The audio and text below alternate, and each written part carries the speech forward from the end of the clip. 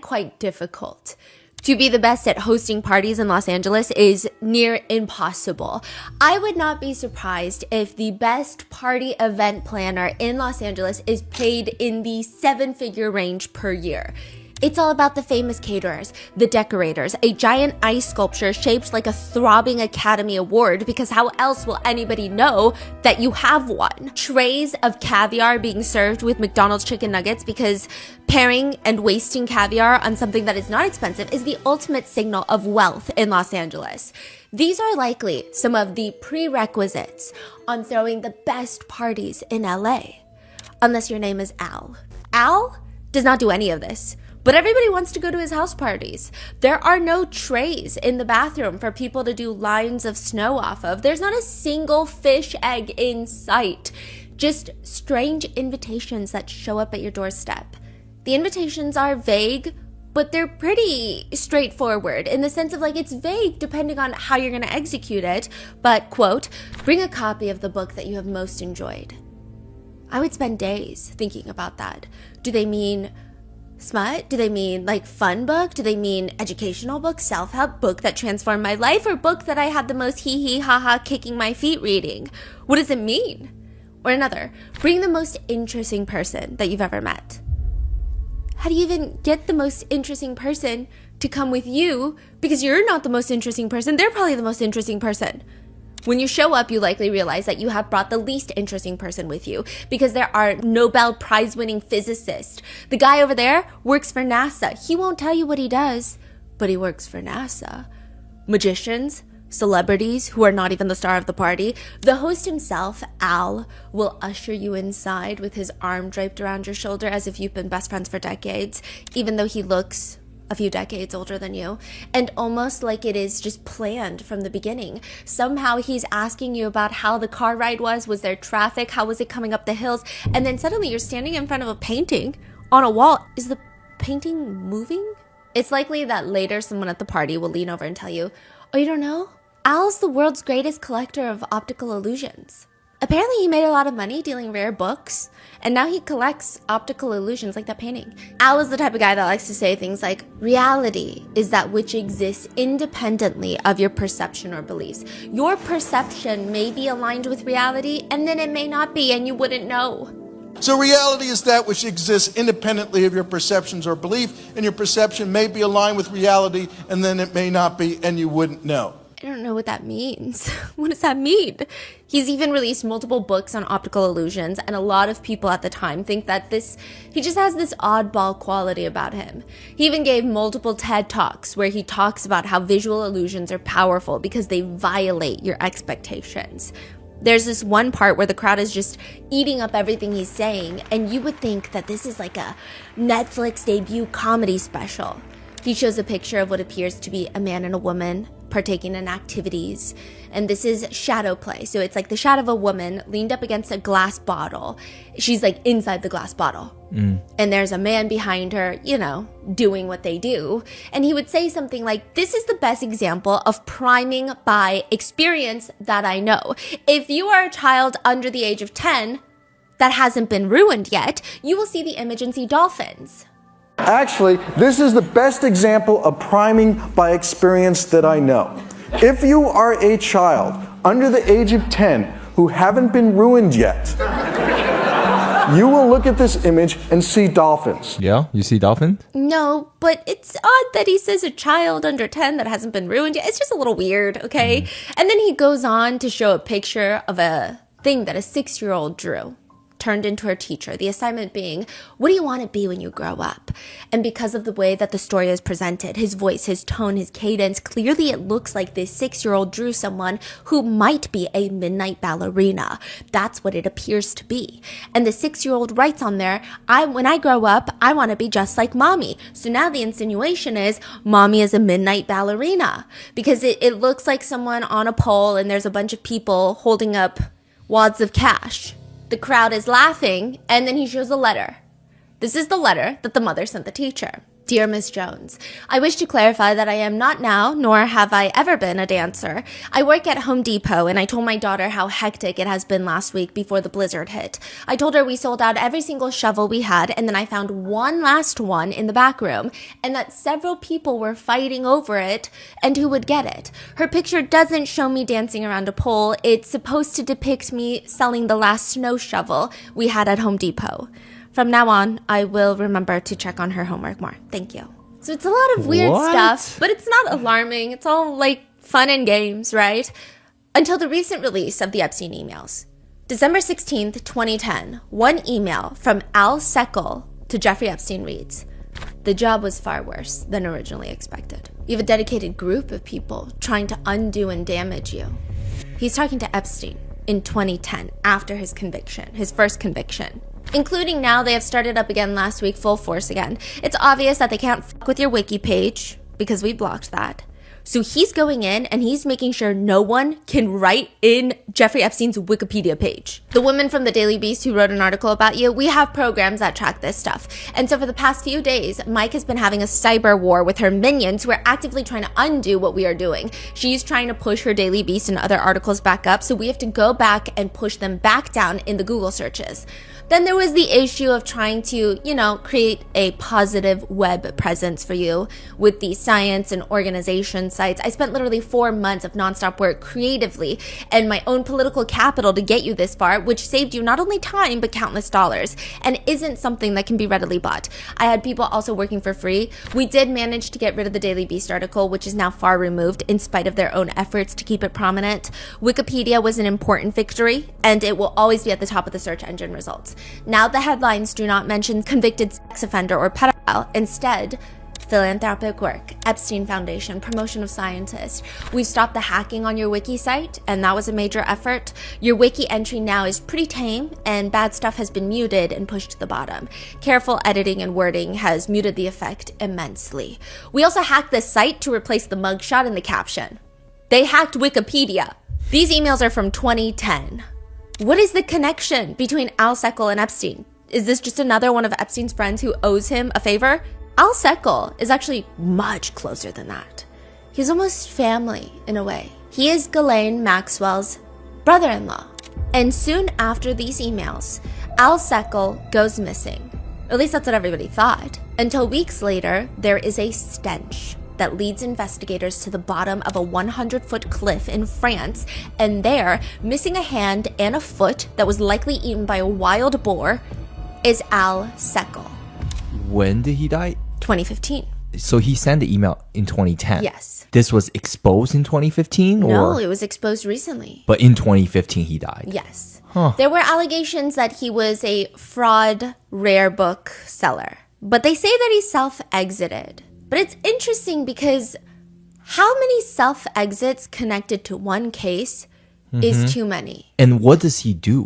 Why is he doing all of this for him? Is this just like he gets paid by Epstein? And I don't think that he's getting paid much. He was dating Ghislaine Maxwell's sister. So this is like a little favor to keep the family. But I mean, the speculation is it really a favor, or is it maybe you owe Epstein?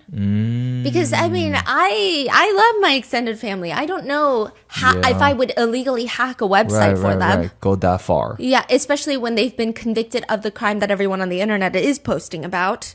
So truly, how many self-exits connected to one case is too many?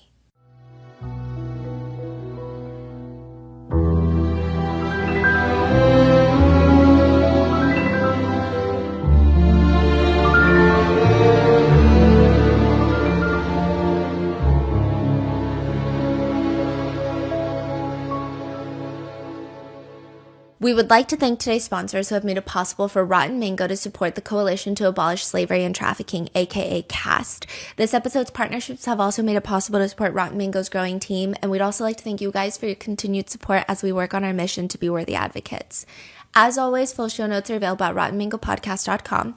This episode involves mentions of alleged DV, self-exit, CSA, trafficking. Please watch with caution.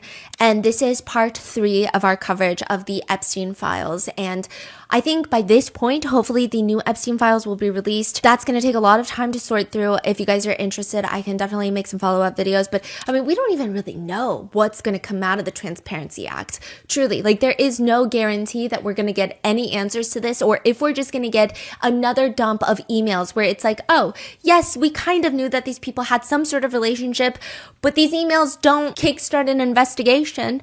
They don't really bring justice or anything. So it might just be that. But just another side note, I am not legally accusing anyone of doing anything. All of these allegations, all of these accusations, and the discourse around each person that's involved or not involved with Jeffrey Epstein and Ghislaine Maxwell is readily available to be consumed online. There are countless court documents. There are countless things that have been released by the House Oversight Committee. There are so many things that have been circulating online that you can read for yourself and come to your own opinion. So with that being said, let's get started.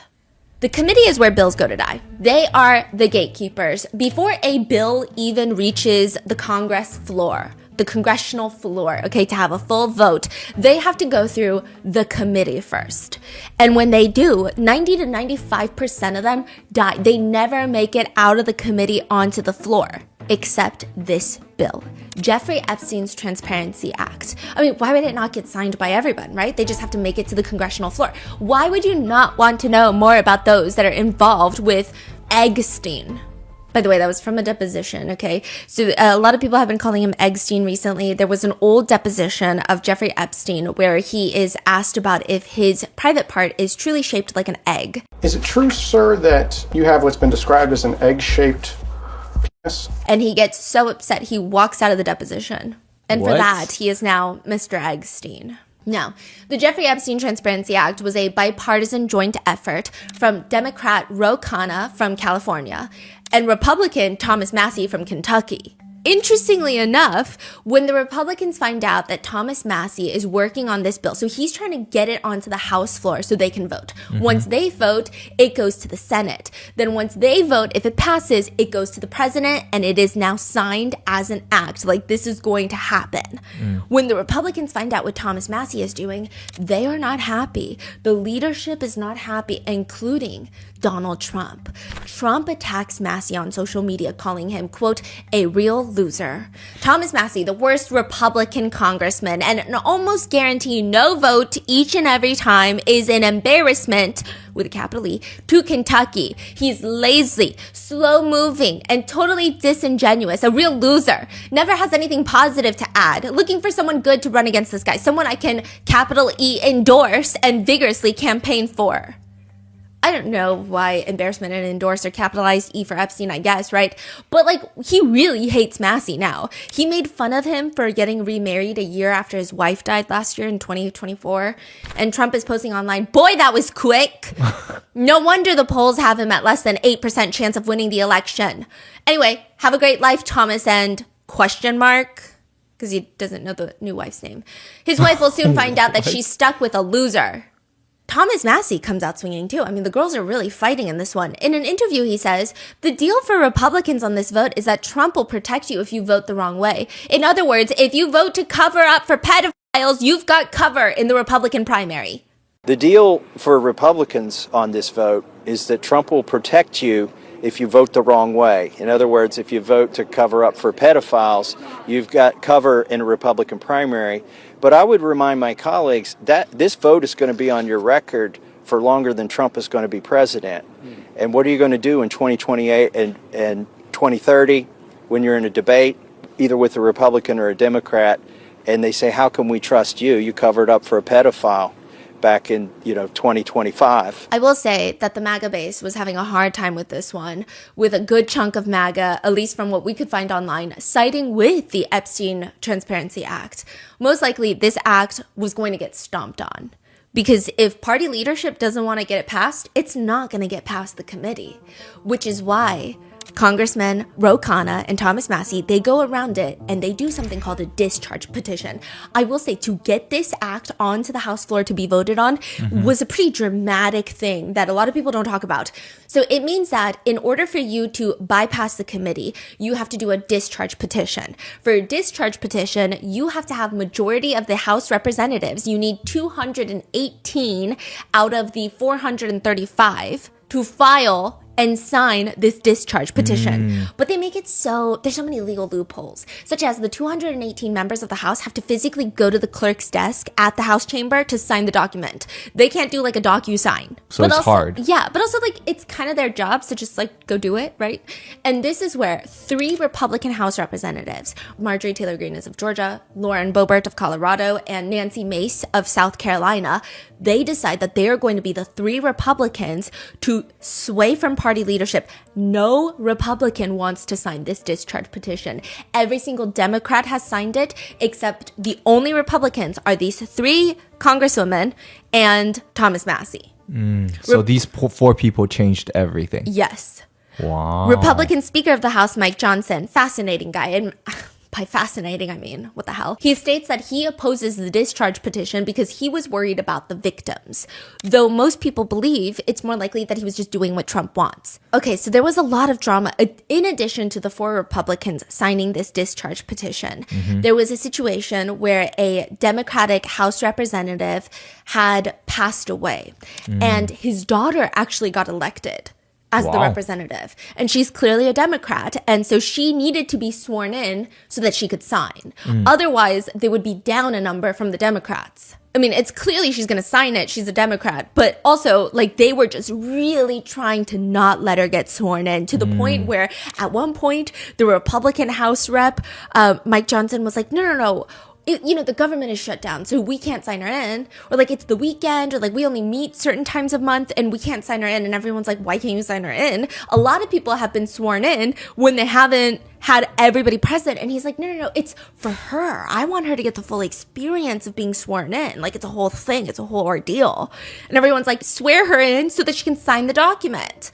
There was a lot of drama, but ultimately, with the 4 Republicans and every single Democrat, the discharge petition gets 218 signatures. Exactly. Just to give you an idea, the modern discharge rule was established in 1931, and out of like 673 discharge petitions, only 47-ish have gotten the 218 signatures. And then out of those, like only a handful have gotten through. Wow. The odds are not in the favor of the Epstein Transparency Act, but it does now go to the floor to be voted on, and they have to get it through the House, then the Senate, and then finally the president. When the discharge petition gets on the House floor, the House votes 427 to 1. Who is the one lone no vote? Republican Clay Higgins of Louisiana, who argued that the release could cause undue harm to innocent witnesses and family members related to the case. He wrote on X, "It abandons 250 years of criminal justice procedure in America. As written, this bill reveals and injures thousands of innocent people, witnesses, people who have provided alibis, family members. If enacted in its current form, this type of broad reveal of criminal investigative files released to a rabid media will absolutely result in innocent people being hurt." So everyone voted to like release it at that point. Is it because like they know it's gonna happen? Yeah, so at that point, even once the discharge petition went through, even Trump was like, Republicans should just vote yes. Oh. So Republicans get the party leadership approval, which is so everyone got the memo. It's like, okay, it's gonna happen now, regardless. Yeah. But that guy still decided to vote no. Even House Speaker Mike Johnson, he decided to save his own skin, because at that point, everyone is looking at anyone who's gonna vote no and go, "Hey, so what's on your computer? Who are you emailing?" People wanted to know. And so I think at that point, everyone's saving their skin except for Clay Higgins, who has always been super MAGA. So then it goes to the Senate. And the senators, they unanimously passed the bill. And like, it sounds climactic. It sounds like every single one of them sat there and was like signing the bill. But no, they were just like, hey, just anyone have any objections, or are we just going to unanimously pass it? They were like, okay, no objections. It is passed. And by November 19th, 2025, the bill lands on President Trump's desk and he signs it into law. There's a lot of reasons why people think and have these conspiracy theories that Epstein was a spy, an intelligence officer for a foreign nation. The main one that comes up is Israel, that he was an intelligence spy for Israel.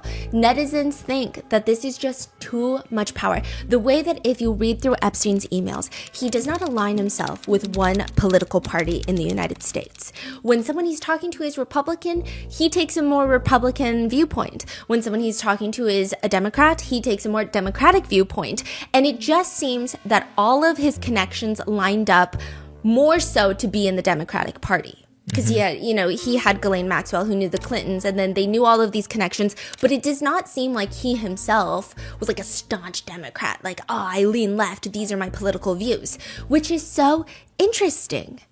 But he's so well connected globally to a bunch of international foreign nations and leaders. And the tapes, the alleged tapes that Epstein has of his client list abusing children, there is this question of, do those tapes exist or not?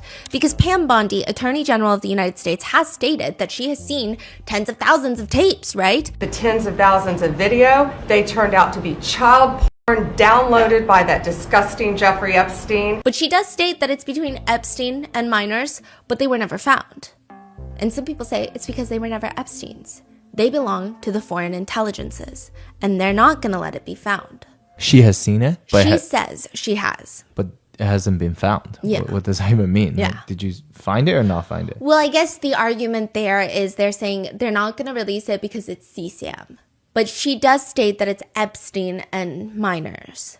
Now, what's interesting is that all of the victims, well, most of the victims for Epstein and Ghislaine, they don't recall being filmed when they were partaking in activities with Epstein. But a lot of them recall that Epstein and Ghislaine would allegedly talk about how they had some sort of power over these powerful men that these women were trafficked to, that these girls were trafficked to. So it doesn't make sense. That's why people are saying it wouldn't make sense that Epstein has videos of himself committing acts. Like tens of thousands of videos of himself partaking in illegal activities with minors. Like, what would be the purpose of that? Unless he gets off on it. But none of the victims have said, oh yeah, he gets off on filming these things with us. So that's why people think that those tapes are not of Jeffrey Epstein. But regardless, it seems like whether they exist or do not exist, the DOJ is not specifying anything more because they're saying it's CSAM. And no one is saying that it should be released, or no one is saying that we should get screenshots or anything. It's just weird. It's weird. It doesn't help that Ehud Barak and a few other world leaders were pictured previously with Epstein or have admitted to having met him. And along with the massive dump of emails, Epstein's Kindle purchases get released, his digital Kindle purchases. I will say it's very interesting. In the beginning, he's reading books like Conversations with a Mathematician, Exploring Randomness, even the Jesus Dynasty, A Hidden History of Jesus, his royal family, and the birth of Christianity. And then he starts picking up books about family wealth management, the story of a practical idealist, managing money books, Why We Get Sick, the Celebrity Assistant's Handbook, which details how to deal with the ultra wealthy, Bitcoin for Dummies, blockchain technology explained. He also purchases at least 4 separate books, digital books on Donald Trump, another book about gay Catholic priests, another one titled The Serious Guide to Joke Writing, which is not about gay Catholic priests. However, it does appear that his interests start changing a little bit in 2014 with the books The Man from ORGY. It's a man who studies intimate relations, and he studies it and he loves it, and it makes studying intimate relations even easier. However, the blurb continues. He does odd jobs here and there for, quote, the most secret of American spy organizations. This unnamed agency, which is definitely not the CIA, might send him to various action spots in the world, but it's his lust that makes the spots get active. He just starts reading a bunch of spy books.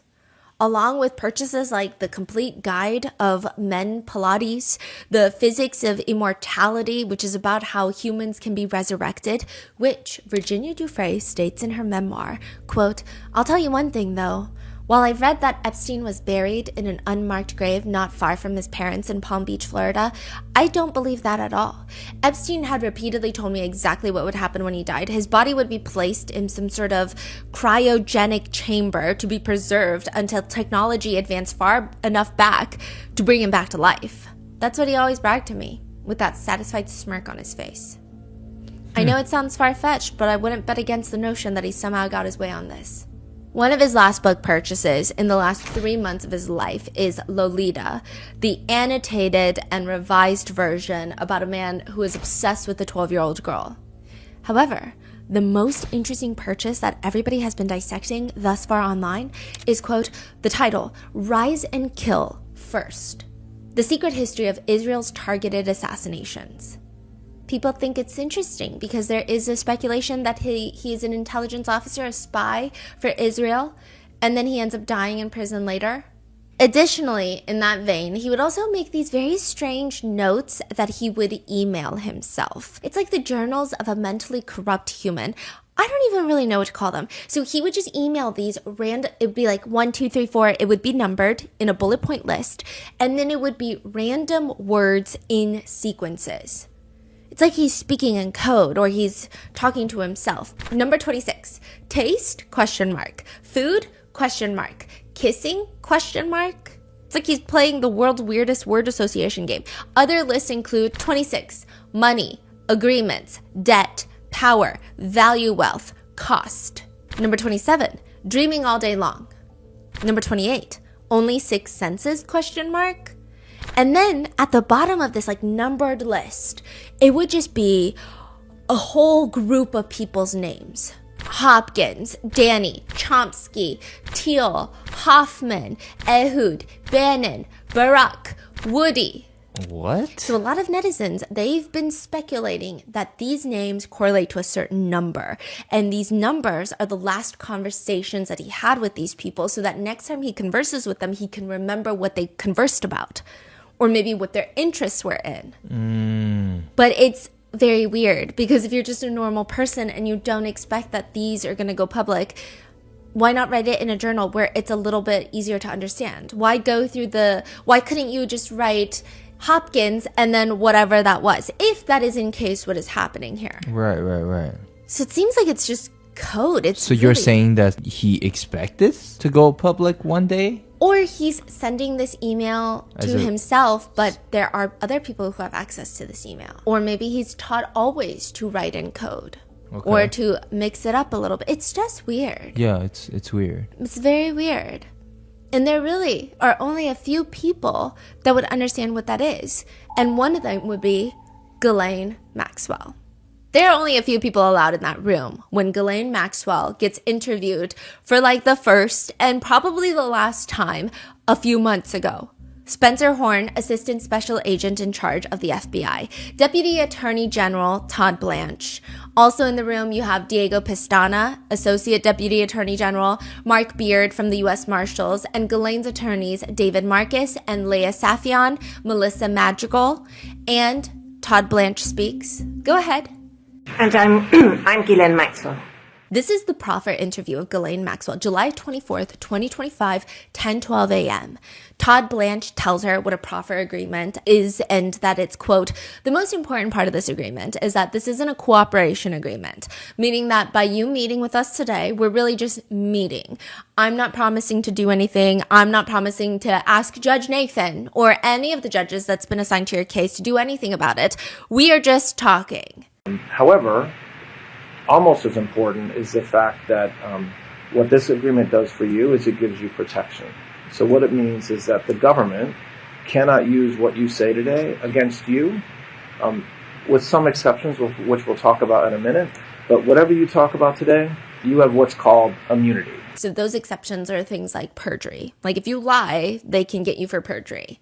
But Blanche says, Miss Maxwell, I guess about a week and a half or two ago, Mr. Marcus, your attorney reached out to me and said that you wanted to speak with somebody from the government about not only your case, but about everything that's been in the media and that's been publicized about Mr. Epstein in your case. The government said that I'm not doing anything for you. But I'm gonna, yeah. You say you want to talk, so I'm here to listen. What is this all about, right? Why is she telling all of these things without any returns? And like, when the fuck has the government ever listened to anybody, let alone someone that has been convicted of any sort of crime? So it's very interesting. And like I said in the previous episode, it's interesting that this is all coming about when the administration is under a lot of fire about being connected with Epstein. Todd Blanche has some pretty strong connections to President Trump, and not just by being the deputy attorney general. He was previously Trump's personal attorney.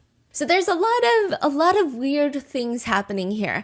But one thing that's very important to note is this is really the first time that we hear from Ghislaine herself. We know Ghislaine from what everybody has said about her, from the documents that have been released. She never testified during her trial. And even her trial itself, it was in federal court. It was never live streamed. This is the first time we really hear Ghislaine Maxwell, her voice, for a prolonged period of time. Yeah. And she's just as crazy as I freaking imagined. So she starts whining initially about how nobody from the government ever wanted to talk to her, even when she was first indicted and prosecuted, which she states she always wanted to talk to someone at SDNY, which, speaking of SDNY, there is a lot of drama happening right now where Maureen Comey, the former FBI director's daughter, was a prosecutor. She was an attorney for SDNY. She worked on the Epstein. SDNY is? The Southern District of New York. This is a federal district. So these are the feds.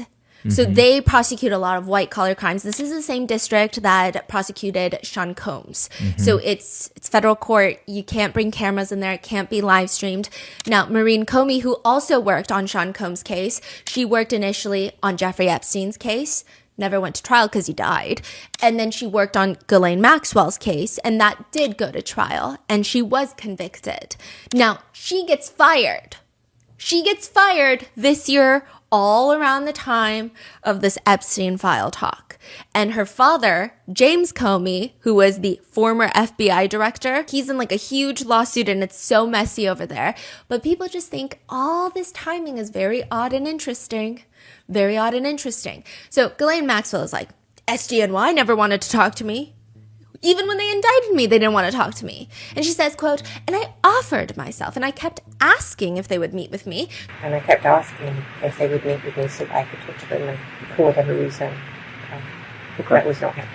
So she starts from the very beginning of how she met Epstein, where there were rumors that it was through her dad, that it was on a blind date. And in Ghislaine's version of events, she says her friend is like, hey, you're almost 30. So she says, quote, I don't need to tell you guys. That's a very important moment for a girl to think about important things. And a girlfriend of mine, who an American, told me I broken up with I've been engaged, getting the very long-term boyfriend, and we broken up. And she said, I got, as your girlfriends do, I got a guy for you to meet.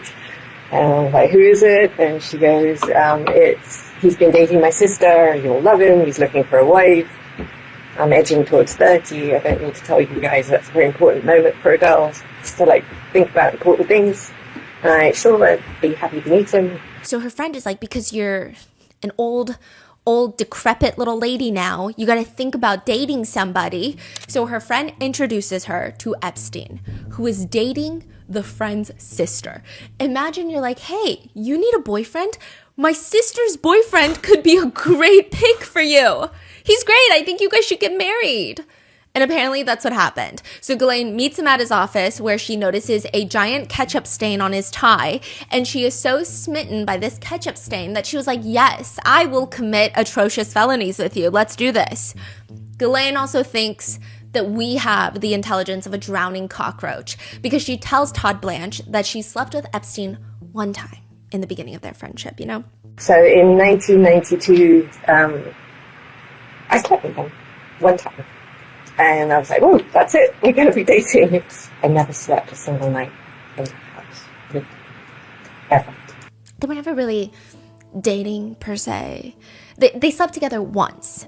And then she didn't sleep with him again for a very long time. And it was the relationship was just not that serious. Were you in a romantic relationship with him at this point, or just friends? Just friends.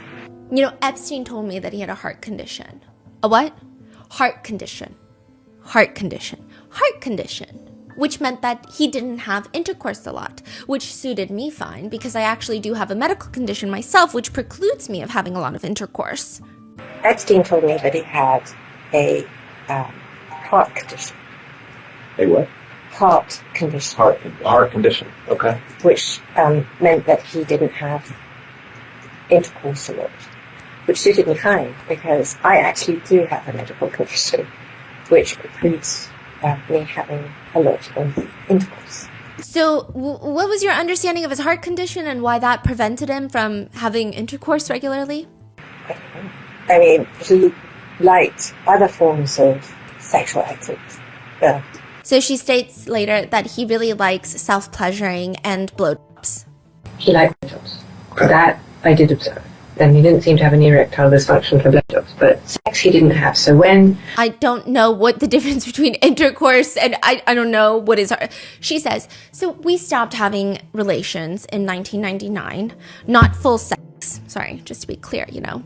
Didn't mean that we didn't still share a bedroom sometimes or whatever. In fact, she says that they never really did it. And all of these women who are accusing her of bringing them into the room, leading the massage, being involved in these group activities, she's like, oh God, that's really not me. Like, I've only ever done it with Epstein like a few times. And on top of that, I mean, people think that we are connected by the hip, but that is not at all the case. We barely ever hung out. We actually didn't really like each other like that. She says, in fact, I didn't like the people that he was with anyway. So how do I say this? He was always surrounded by young people, right? I like people who are my age or older, and I don't find the society of the companionship of younger people, I suppose, is really that enjoyable. I don't like the company that he chose to be with. And so I just was kind of boring and fundamentally uninteresting. That's probably the nicest way I can say it. Throwing Epstein under the bus now? Yeah. And she says that, by the way, in case you guys didn't know, I was in a full-blown relationship with a billionaire. Oh, yeah? She states that during this time, she was dating another billionaire by the name of Todd Wyatt. Wyatt? But this is in from 2003 to like 2010. And she says that he is the founder of Gateway Computers, quote, as you may know. And we had an amazing relationship that went up until 2010, I think. And I was with Ted from that time. So she says that she even attended Chelsea Clinton's wedding as Ted's guest. Weird. And she says, you know, back in those times, if you asked Ghislaine where Epstein was, she would even tell you, I would have no idea. I didn't even have the keys to his houses. Like, I think it's crazy. Like, she makes it seem like it's crazy that everybody is saying that they were joined at the hip, that they were Bonnie and Clyde. She's like, I barely saw the guy. If you asked me where he was at any given point, I don't think I would have had the answer. I didn't think so. I mean, that's how detached we were. What time frame was all the crimes happening? Is that the same time frame that she claims? Yes. So she claims that I wasn't even there. Yeah, she's like, I barely know the man. Blanche is like, okay, so when Epstein was first arrested in like 2008, that's when you realized that something was wrong with the guy? She's like, I didn't even know that. I didn't even understand. She's like, I didn't even know that he was arrested. I read through the press. And then when he's charged in New York, federally, how did you learn about that case? In the press. And had you, as far as you know, been contacted by law enforcement before his arrest? No. I wasn't in the indictment. No, I know that, but even as a witness or asking you if you would give documents or materials. Up until when my lawyers said that, I don't even know, I had no knowledge of them being interested in me. Honestly, I want to say until he had died. What? She's like, I didn't have any context for that. You know, I'm not even sure what I thought. I was like, that's weird. So after you find out, what happens with your relationship with Epstein? I asked him what was going on. And he said, not to worry. Nothing, taking care of it. Don't worry about it. He didn't share. You know, I wasn't part of it all. I was off with Ted. I really just was off with Ted. Meanwhile, while he's in prison, she continues to take care of everything for him, and he keeps paying her lots of money. Okay, so what's going on with this conversation? Like, she's just making up random stories and they're just listening. Like, okay, yeah, I believe you. Keep going.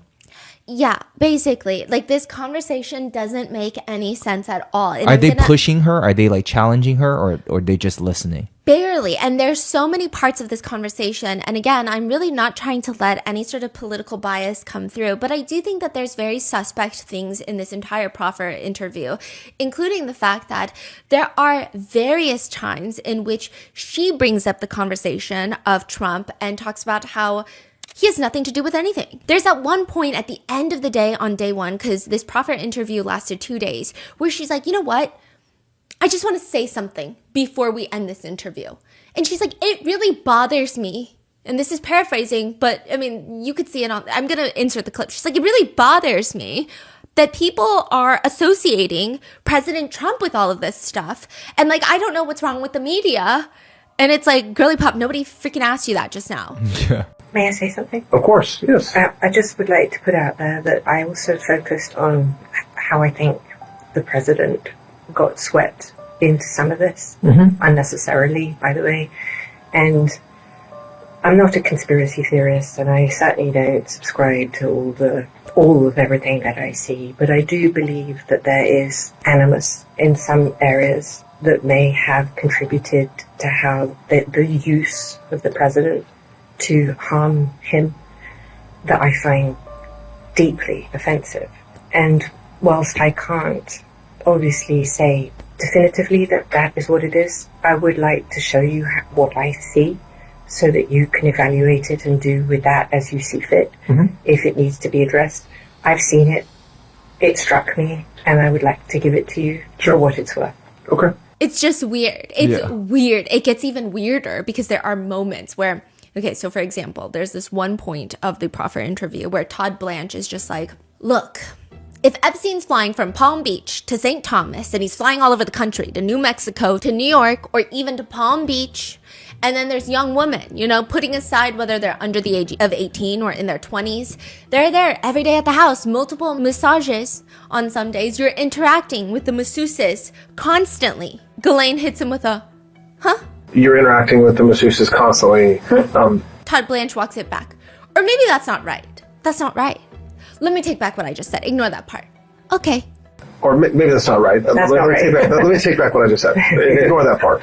Wait, what is that? Because the whole interview, she's talking about how she never really even interacted with the masseuses. So like if she went to go get a massage from a third party and she says, quote, not one of those funky places. And in my effort to find them, I would go to massage spas, like legitimate spas. We're not talking, you know, funky ones. And if I got a massage from somebody in a spa that I liked, I asked them if they would do home visits. If they said yes, I would ask them to come to the house, and he would see if he liked them or not.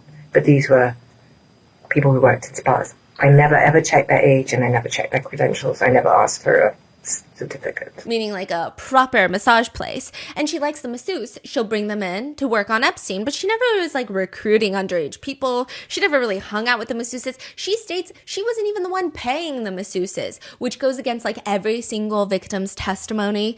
But she's like, I really had nothing to do with these masseuses. I never even saw anything sexual happen with a massage, like a masseuse, nothing. And so at this point, he says, you're interacting with the masseuses constantly. And she just hits him with a, huh?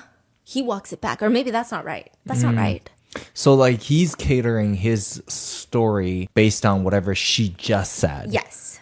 And I understand that there is, to some degree, you want to make the convicted felon feel a little bit more comfortable so that they feel like they should open up and they should tell you things that they might not tell someone who is bringing in a hostile environment. However, it's so accommodating that we're getting absolutely nothing out of this. I mean... Yeah. It's so ridiculous. Am I Todd Blanche? Like, this is the most non-confrontational thing that I've ever witnessed in my life. But how are you the deputy attorney general? And Todd Blanche is actually quite a confrontational person. Really? Yeah, so, I mean, I just don't understand what the hell is happening here. So they seem very friendly. So friendly, so accommodating, so polite. I'm like, see. what is happening? Yeah, I don't even understand the purpose of this interview. Exactly. The purpose really just seems to be President Trump is a great man, and I don't think that he's involved.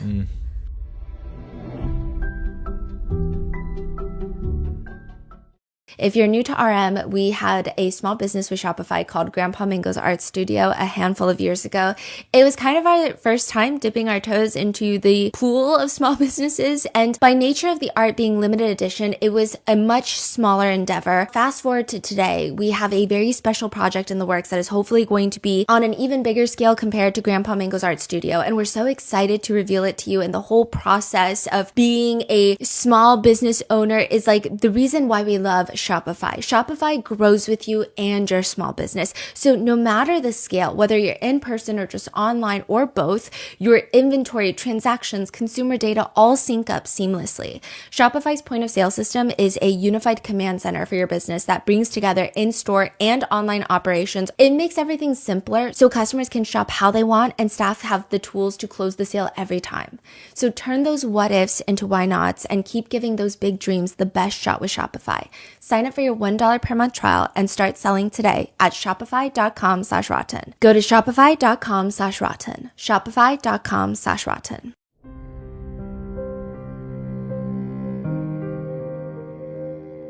And they just let her get away with things. They let her get away with saying things like, he told me he had difficulty having an erection. I believed him. Blanche is like, can you elaborate? Like, what do you mean by that? Because when I didn't have sex with him after the first time, I took it as I asked him, so was it me? And he told me it was him. Todd Blanche is like, what? She says, I had never, up until this moment in my life, as if I'm, not stupid. I'm not stupid. I'm very bright. I've had an excellent education. I've traveled all over the world. I had boyfriends. But I had never met or understood that somebody could be so would lie to me about. It never occurred to me. I didn't have a frame of context within my life experience where somebody would be so manipulative and devious with me. And plus I just didn't have, and I was happy not to have sex because I have a condition that doesn't lend itself to that. So she just says, I never had intimate relations with Epstein because he can't have a bonbon or whatever you want to call it. This is her excuse for everything. She says, I was never involved. I was never having these relations where I was assaulting children with Epstein because he cannot. I've only had relations with Epstein one time.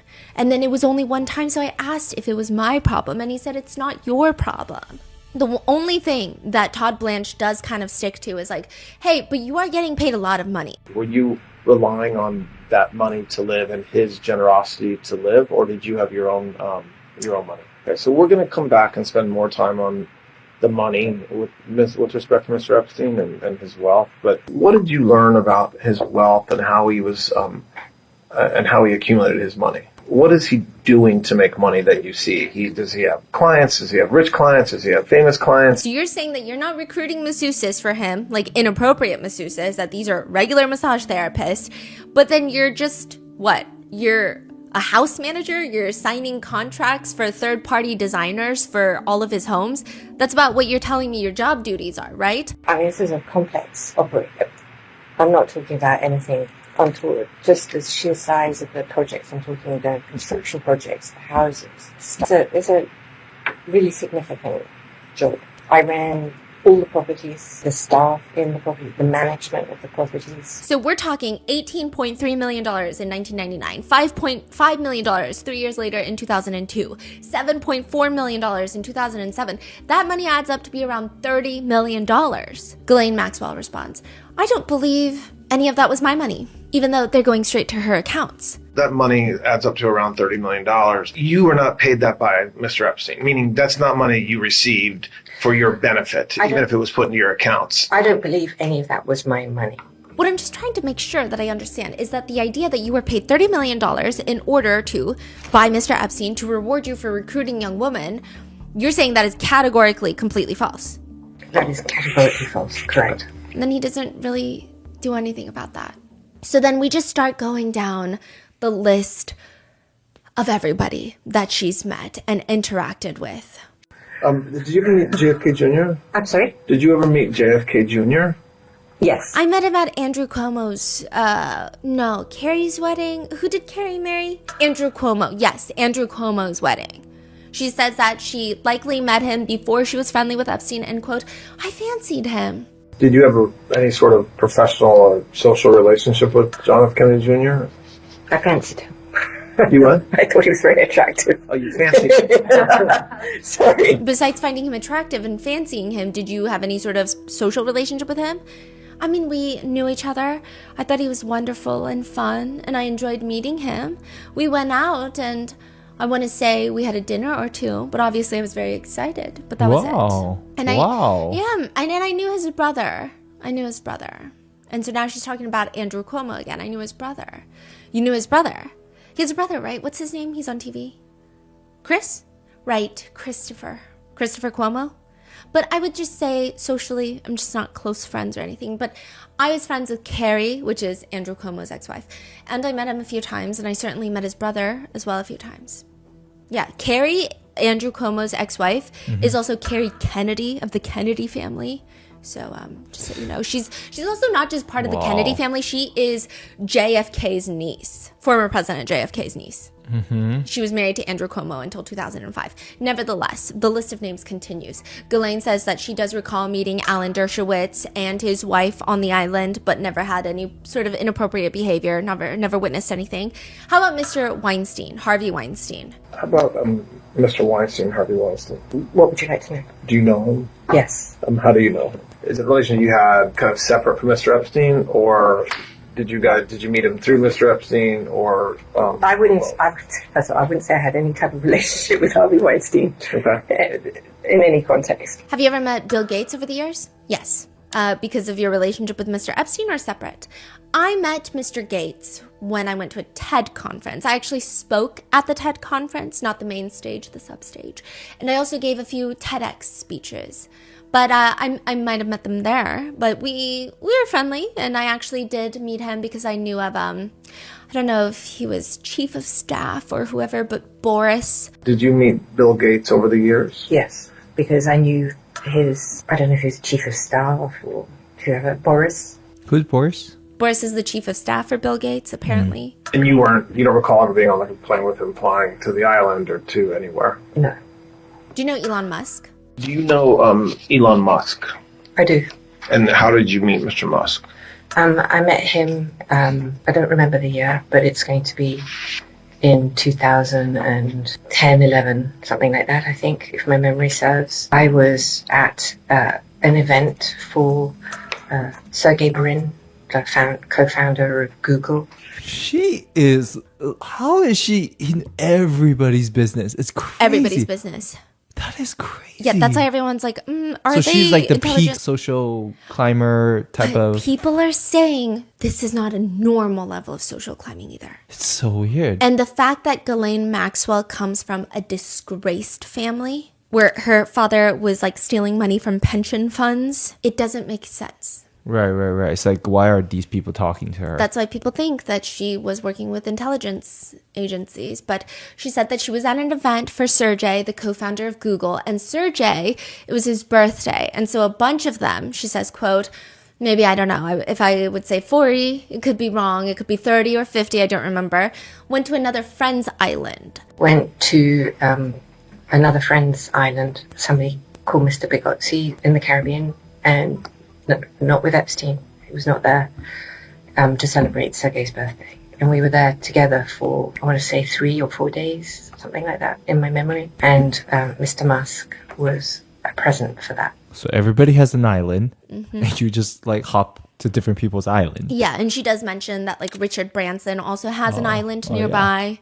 Yeah. Oh my God. Did you meet or know Mr. Musk's brother? I don't know if I ever met him. I know that he has a brother. I don't think I met him. She mentions that they also met again after an Oscars after party.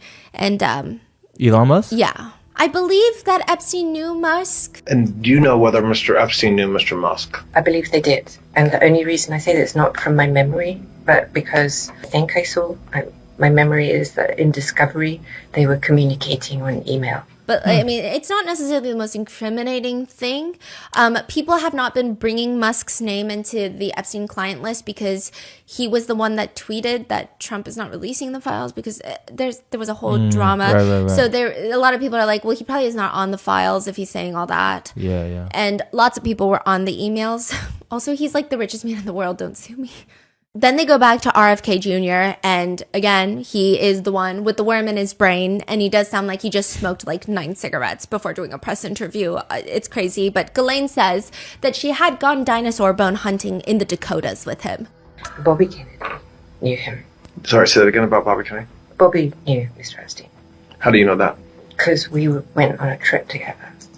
We went to dinosaur bone hunting in the Dakotas. Protect the dinosaurs and protect the bears is what I'm learning from this. And she says, I knew Bobby's wife. So Bobby is his nickname. I knew Bobby's wife, Mary, pretty well, actually. And before he met her.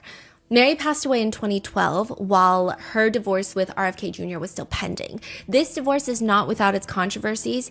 RFK Jr. accused Mary of running over and killing their family dog in the driveway, that she was violent and abusive. Mary accused RFK Jr. of being a sexual deviant, of constantly cheating on her and waging a scorched earth campaign against her. And whilst the divorce was pending, Mary died by self-exit. Ghislaine states that her boyfriend back in the 80s had a brother who dated Mary, and that's how they knew each other. And then Mr. Epstein. Did Mr. Epstein meet Bobby Kennedy through you? I don't think so, because Mr. Epstein... Surprisingly, everyone says everything happened through me. That's just not true. I mean, I think yesterday I explained that he had friends from London, and they were what the people would call fancy. They were fancy people. So she's like, no, he didn't meet Bobby through me. But then she states, I never saw anything inappropriate with Mr. Kennedy. I mean, yesterday, if I didn't make it clear, I will reiterate. I never ever saw any man do anything inappropriate with a woman of any age. I never saw inappropriate habits. Now, I'm not going to say hands I mean, that to me is not inappropriate. A what? I guess like holding hands. Oh. Now, somebody's inappropriate and mine might be different. We're not talking about anything that resembles the accusations that we've discussed. So that would be a flat out no to any man. Also, she just can't remember anything. I don't remember. I don't remember. I don't remember. I can't remember what. I can't remember now. But. And as for why she can't remember a single damn thing and has the hippocampus of a toad that's been deceased for half a century, she says, I don't recall all of them. Not because I'm trying to be evasive or anything. But I just don't remember them. And after a while, in the incredible job that you all have, all of you, that when you're so high pressured and you're spending so much time with extraordinary people, like with President Trump, it can blur. It just does. Does she really talk like that? Yeah, basically. It's so obvious. I mean, this is like a very dramatic interpretation, but I think that her accent doesn't help. She does have a very posh way of speaking that's very... holier than thou. She has a very posh accent. You know, in the incredible job that you have, all of you, that when you're so high pressured and you're spending so much time with extraordinary people like you do with President Trump, it can blur. She also says about Bill Clinton, so I started spending a lot of time. I don't want to categorize that, but I started spending time with the former president and with Doug and his team. And then I had no purpose really other than I obviously offered something. I don't know, ideas of, I don't know. And he started to travel. Who started travel? Bill? Yeah, so she's like, I'm traveling with Bill Clinton and like I offered him ideas or like, I don't know, or like ideas or like, I don't know. It doesn't make any sense. And then she talks about how there is a rumor where she flew Bill Clinton on a helicopter to the island for nefarious reasons. And she says, that is so patently absurd that I flew him in a helicopter. I am a helicopter pilot. That is true. I am a helicopter pilot. That is true. But the notion of me flying an ex-president on a machine would terrify me. I would never even take that responsibility. Can you imagine? Yeah, no. No. And then she goes on to state that the reason that she can't really remember anything is because she was in solitary confinement at MDC Brooklyn for quite some time. And MDC has one of the most heinous, and she starts talking about the prison system there. And Todd Blanche is like, not on my transcript. We're going to stop you right here. Moving on. My memory's not as good as it was because when I was in Brooklyn, I was in the SHU for almost 2 years. And I was on suicide watch for almost 2 years, which meant that they woke me up every 15 minutes for the entire time. And it really did affect my ability to Understand. Okay. Yeah, he said, not on my watch. So, but she just tried to blame MDC Brooklyn for the reason that she's very messed up. And I don't think so because, I mean, yes, I think prison reform and I think MDC Brooklyn is probably one of the worst, but also you were messed up from the get-go. So I don't know what she's talking about. Ghislaine also goes on to state that any woman that she saw around Epstein's vicinity was very interested in him. I saw Epstein with women. What I mean by that is he would have women around him, or women on the plane, or women in his house, or that's how I'm explaining that. Those women were very interested. What my characterization of the relationships between all women that I saw with him and him was characterized by their interest in him as I would see it. And by that I mean I never saw anybody who didn't want to be with him. Nobody was there by force or uncomfortable or in distress. She says, I never saw that. She said, you know, if you were massaging his feet, I mean, they were happy to be there. He would ask people all the time, whoever you were, to massage his feet. It just was, he'd be sitting there and he'd have somebody massage his feet or squeeze his shoulders, or I saw that a lot. Did you see him engage in sexual conduct during a massage? Well, you could define sexual conduct as in, I did see women who would have been, you know, less than normally clad for massages, but especially on the island where they would be in bikinis or possibly even topless. Yeah, I did see that. But she doesn't have any recollection of anyone underage giving Epstein a massage or doing anything inappropriate during a massage. Did you ever observe Mr. Epstein masturbating during a massage? Yes.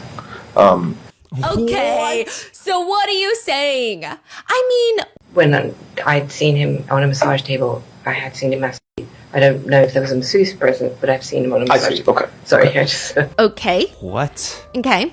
And then she says, you know, let me give a rant. And she just starts ranting. The narrative started in 2009 is really when it started. So that narrative that was created and then built upon and it just mushroomed into what...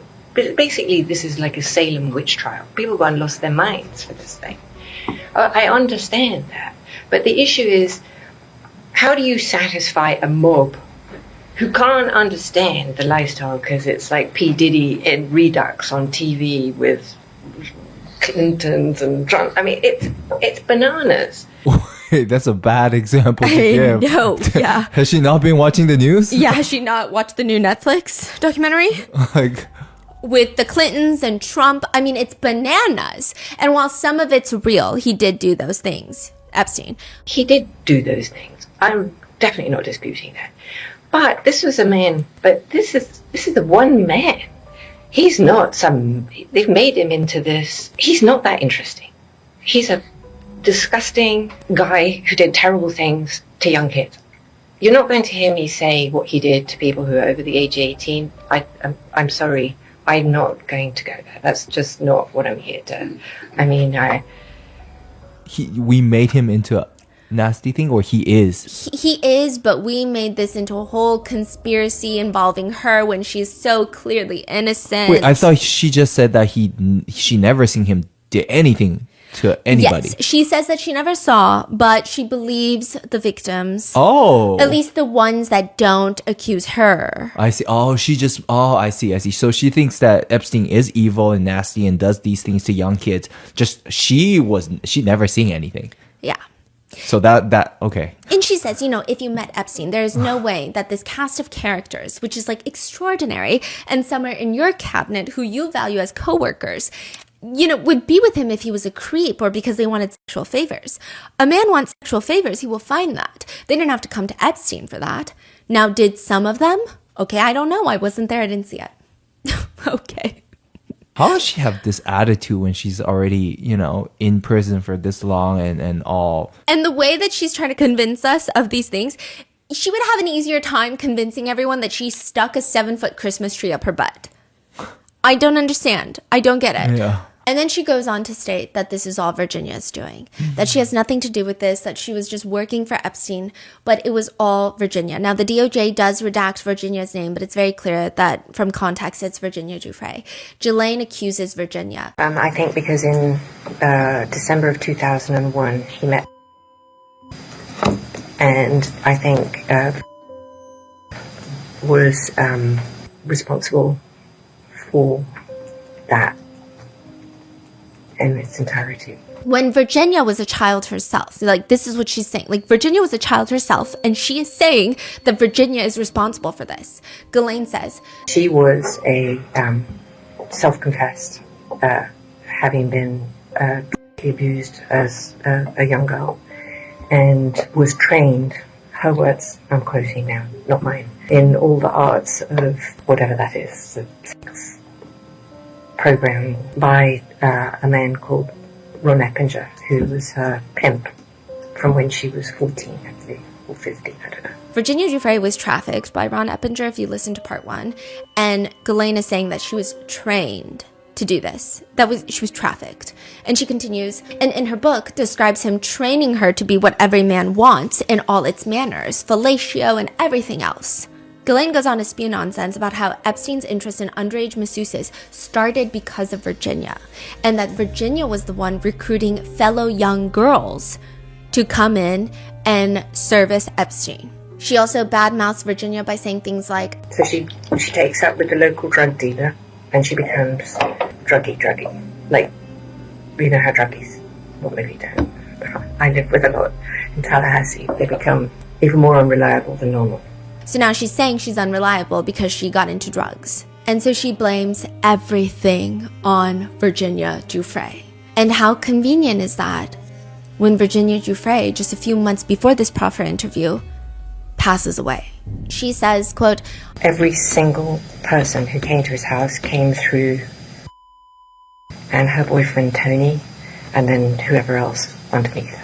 And that is how it started. So, did they push back on that when she said this? No, they just kept saying things like, well, let's not get into he said, she said. Let's not get into individuals. It's messed up. But one of the biggest things that came from this proffer interview is that lends itself to the theory that Ghislaine and Epstein were working as foreign national spies, gathering intel and blackmail material on the most powerful people in the U.S. There is a fascinating email from a redacted person who reaches out to Epstein in 2013, asking what he knows about being an offset service provider. I don't know what that means. That sounds like you work for Verizon or something, okay? But Epstein responds, yes, one of the most complex negotiations, as they are very strange. Someone buys fighter jets, but with the fighter money, some must be used for specific third-party items, such as, I will buy your pussy for $10,000, but with 2 of the 10, you have to buy me food. And to make matters worse, I need to borrow another 10 from you. The person responds, so the offset service provider does what? Negotiation between the parties? Complex. Sounds interesting. Epstein says, Brazil has tried to buy fighters in the past. They don't have a lot of money. The redacted email responds, apparently Brazil is a hot investment place now. It's more about the offset part than the jet deal. Sweden and the USA are all lobbying to get the jet deal, as aviation is tied with potentially big tourism deals. 36 planes. I was just on call with a guy in Sweden who is dealing with this. I never know if the stories are real, but he claims to work with the Brazilian president, Obama, and Warren Buffett, etc. So, I mean, what is happening? The amount of knowledge that he has in military contracts and fighter deals is odd. So people are saying this doesn't sound like someone who's just scheming billionaires. Like if he is just blackmailing billionaires or being a financial tax advisor, this is weird stuff that he has access and knowledge to. In another email, he tells a redacted individual, I passed your message. In addition, I'm not sure what role you and your boss would like to play in the Yemen issue moving forward. The rebel leaders are ready to propose a document. They would like a ceasefire and halt. If you like, I could pass on their proposal. This is not what I do. My expertise is only money, but it seems like your part of the world would like advice.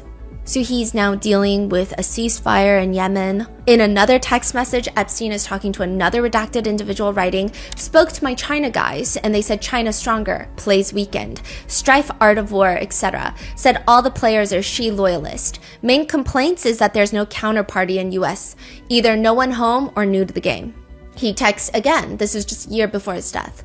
I had 3 China guys today. I told them that they should brief you. There's a 40-year anniversary in Beijing of the beginning of Economic Growth Initiative. He's also meeting in 2017 with the Mongolian ambassador for the UN. And this is in 2017. This is just 2 years before he dies. He also emails about how he just spoke with one of the Ambani family members, one of the billionaire families from India. He also writes, India, Israel, key, not for email. So this is, a lot of people have interpreted this as telling an Ambani family member that the key for India and US relations to soften is Israel. Israel is the key. Wow, wow. There's also pictures of him with African warlords, which Ghislaine comes up with this like very bizarre explanation for that in the Proffer interview, where she says, no, so the reason that he hangs out with African warlords in that picture is because he had a business idea where if a billionaire had money stolen from them, like if a cartel has money stolen from them, he would go find that money, track it down, and he would bring it back and he would get a percentage of the recovered money. So let's say you have El Chapo, and El Chapo's laundering money, or he's working with the Sinaloa cartel, and he steals money from the Sinaloa cartel and he moves it to wherever. So he's got stolen money from the Sinaloa, goes to this didn't happen. I'm just just coming up with something in my head. And the Sinaloa says to Epstein, can you track down my $1 billion that the other cartels sold from me? And Epstein will go and find the $1 billion and will take a portion of the money that was stolen as a fee and give back the remainder. That would be on a percentage basis. And everyone's like, what does that have to do with African warlords? Mm-hmm. But to address the rumors that Epstein and Ghislaine were spies, Todd Blanche asks her, have you ever had any contact with any representatives that you know from Mossad, the Israeli intelligence agency? Can you ask me that again? Have you ever had any contact with any individuals that you understand to be from Mossad, an Israeli intelligence agency? Well, not deliberately. Pardon me? Not deliberately. Well, not deliberately. Pardon me? Not deliberately. Okay. And did you know, we talked about this a little bit earlier, but just to put a finer point on it, did you ever know that were you ever told, you ever think that Mr. Epstein was getting any money from any intelligence agency, including Mossad? I don't believe so, but I wouldn't know. I mean, I would be very surprised if he did. I don't think so. No. Were there any international businessmen or politicians that had a very close relationship with Mr. Epstein that we haven't already talked about? Off the top of my head, I can think of Ehud Barak, the former prime minister of Israel. What was his involvement? She says that they weren't that close. And she says, for good measure, anything that touches Israel or the state of Israel, I'm always interested in. My father loved Israel, and so I pay attention to it, and we have ties to Israel. When you said it was later, though. Ties meaning friends and family relations. Also, this is like a lot of people have interpreted this as she's trying to tell Israel that like she's not turning on them. It's really weird because the way that she just is like, I have family in Israel and I have so many ties to Israel and I'm always interested in Israel because my father loved Israel. It's really bizarre. Do you know the nature of Ehud Barak's relationship with Mr. Epstein? I don't. Were you ever with them together? I think I have a memory of meeting Ehud, but I don't know if he was with Epstein or, I don't remember. I just know that I did see him and I'm struggling to remember the context around it. But I'm sure it happened, but it must have been very brief because I don't have any serious memory of it. And then as to make things, this just makes everything sketchier, but she says, certainly my father had a background in intelligence. He is a British intelligence officer. I think that my sort of belief is that once you've been an intelligence officer, it doesn't mean that you're formally employed. So I don't think my dad, in any formal sense, was, employed by the agency. And then she's like, but I think it's absurd that everyone thinks that we are spies. But then later, she'll say shit like this. I've had some interesting things that have happened in my life. And one of them was I found out the IRA, so this is in Ireland, had me on their kidnap and murder list. One of them was to be found on an IRA kidnap and murder list. Her dad is like a British intelligence officer. Yeah, but after that happened, my father always wanted to put a lot of protection on me, obviously. So it's weird because this didn't make it any clearer. I don't think that this Prophet interview is going to make these conspiracy theories die down or feel less legitimate to the people who already believe it. Now, at this point, that's pretty much all we got from her Prophet interview, and there have been speculations because she was moved to a very low, minimal security prison that she's going to get pardoned at the end of Trump's term. And he has been very evasive about it. He would say things like, I don't want to talk about pardons. Let's not talk about pardons right now. But she's got access to phones, emails, weekend visits, recreational sports. I believe it's like unlimited yard time. So she was moved after this interview? Yes, exactly. So she's moved after this interview, and she's still trying to get out of her entire conviction by saying that she had a non-prosecution agreement as by the sweetheart deal that Jeffrey Epstein signed in 2009. So I guess we're going to have to see. But Virginia Giuffre, on page 139 of her memoir, she writes, I had been trafficked to dozens of men by this point, and I remember their faces clearly. There were old men and even older men, nerdy, shy men, and boorish, arrogant men. There were men who wanted me to wear outfits and men who wanted to see me naked, and men who didn't notice if I was clothed as long as I touched them. There were men who behaved as if I were lucky to be with them, and there was at least one man who ignored me as I serviced him sexually, preferring instead to focus his eyes upon and even fondle Epstein. Someone just like to, yeah. A lot of people want to know who that is. A lot of people want to know who everyone is. Virginia writes in her book, nobody experiences trauma and emerges unscathed.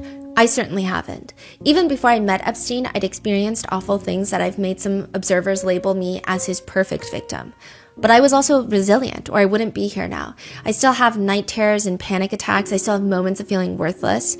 Perhaps I always will. But on many days, especially when I've been able to help another survivor,